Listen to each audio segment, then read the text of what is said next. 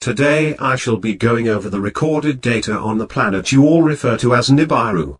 By the accounts deciphered from the lost books of Enki, which are more of a captain's logs by a crew member who had been stranded without a way off this planet and wrote a detailed log of events that led him here along with other various artifacts that have been defragmented and restored. I have found the details of Planet 9, also known as Nibiru, to have been listed as a rare mineral resource of its crystals that were fused and had stored within their refracting structure the residual raw energy that was present during the first moments of existence.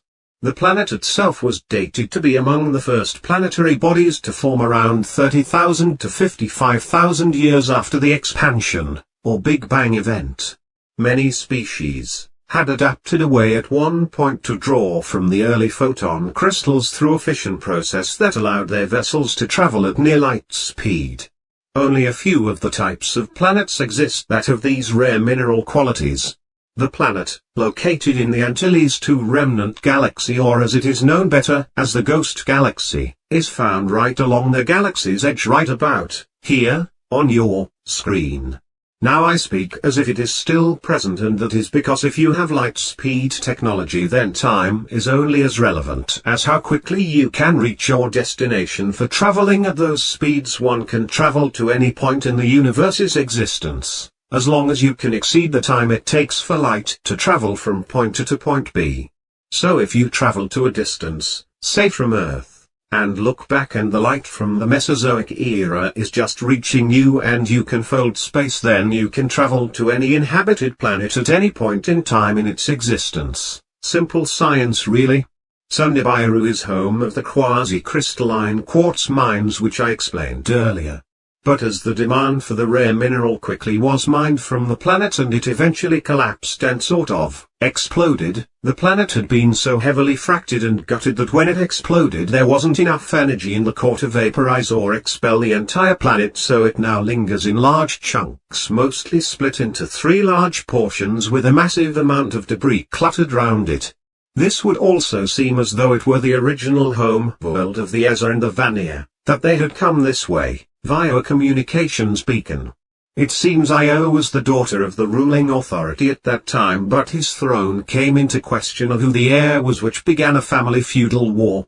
The daughter of the king escaped and set her navigations to return to the sector of space their forefathers had once come from, which she marked a sector of our system as a marker called the God Hammer Beltway, or Mjolnir, Thor's hammer.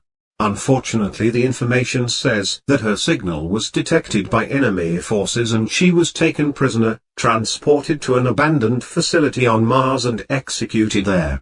She was trying to signal her brothers back home to tell them about this mineral-rich planet she had discovered that could end the feud between her siblings. The Osirians, however, ended up taking possession of Earth and subjugated the entire royal family while they set up mining equipment and began taking the strongest of mankind and turning them into the mining supervisors by grafting cyborg technology and altering their genetic makeup. The Anunnaki, human abductees. Then they got an alert of some sort and were immediately recalled back to where they came from.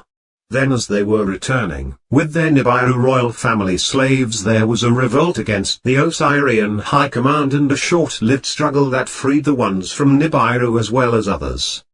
There is a listing of one of the ones who fought in the uprising from the galaxy of Solaris, had died in the event and was buried in a stasis pod and placed in one of the pyramids.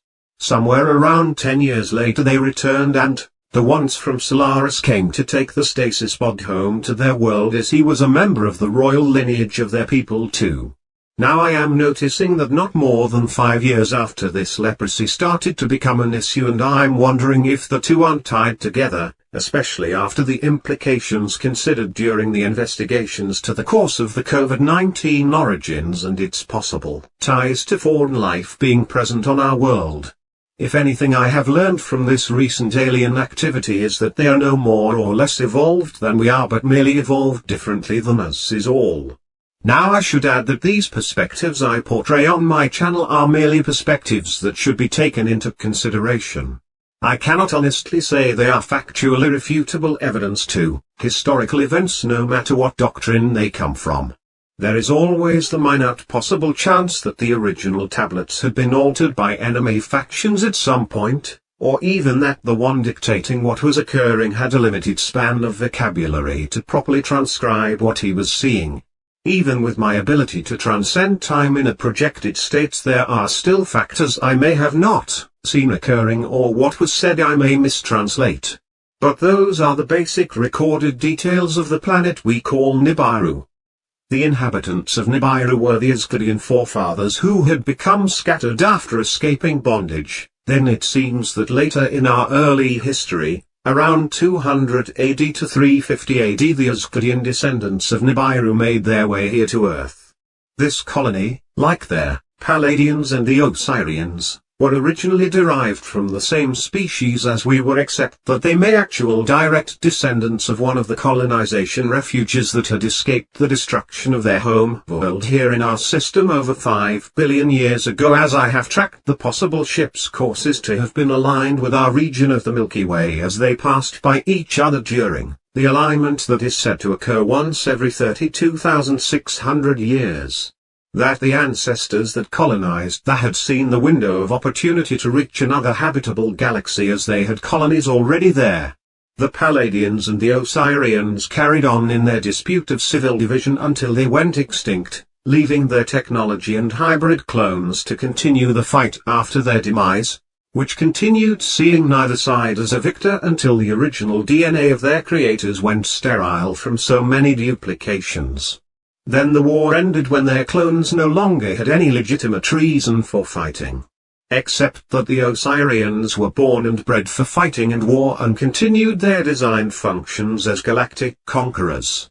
The Palladians continued their functions in which they were designed for as well, and united some of the various sentient life forms out there that had evolved enough to become interstellar travelers, and united them together under the Galactic Federation of Planets, or as we refer to it as Asgard. 9 galactic, Cardass F-Type 4, species that joined their home galaxies together using what we call the Bifrost Bridge to create Isidral, the unified galactic center, which the galaxy of Solaris is one of them, I believe, if I am understanding it all correctly.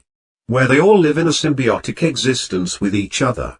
Now, if I'm understanding the updated information my wonderful ship console hijacked from the recent visitors' archives is that the traversable universe consists of 12 traversable quadrants, and that the first 2 and last 2 quadrants were sectioned off and restricted mainly due to the first formation of space being so delicate and to contain the war that occurred back then. The last 2 were sectioned off to contain the effects of the end of existence so that it would not breach past that point and cause the collapse of the entire universe itself, or something like that. I'll need some time decrypting their alien algorithms to understand their quantum functions. So that is what I have so far, but I see I have new information to sift through. So this is Crewman Lucifer B. Mephistophiles, engine repair and emergency technical maintenance to the ship familiarly titled as Noah's Ark, stardate 3NJ146NC9.12, signing off on Captain's Log.